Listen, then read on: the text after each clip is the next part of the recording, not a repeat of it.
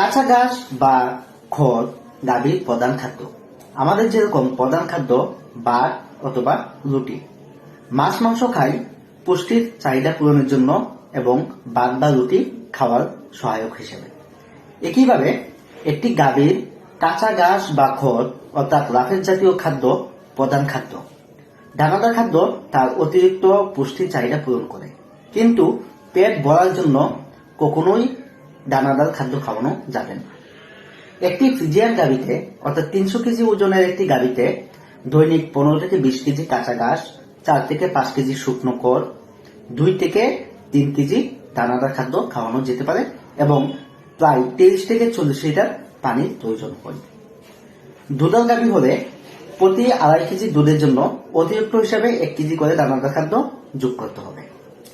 শুধু দানাদার খাদ্য খাওয়ানো হলে গাভীর অ্যাসিডিসিস হবে, কনস্টিপেশন হবে, ডিহাইড্রেশন হবে এবং হজম প্রক্রিয়া ব্যাহত হবে।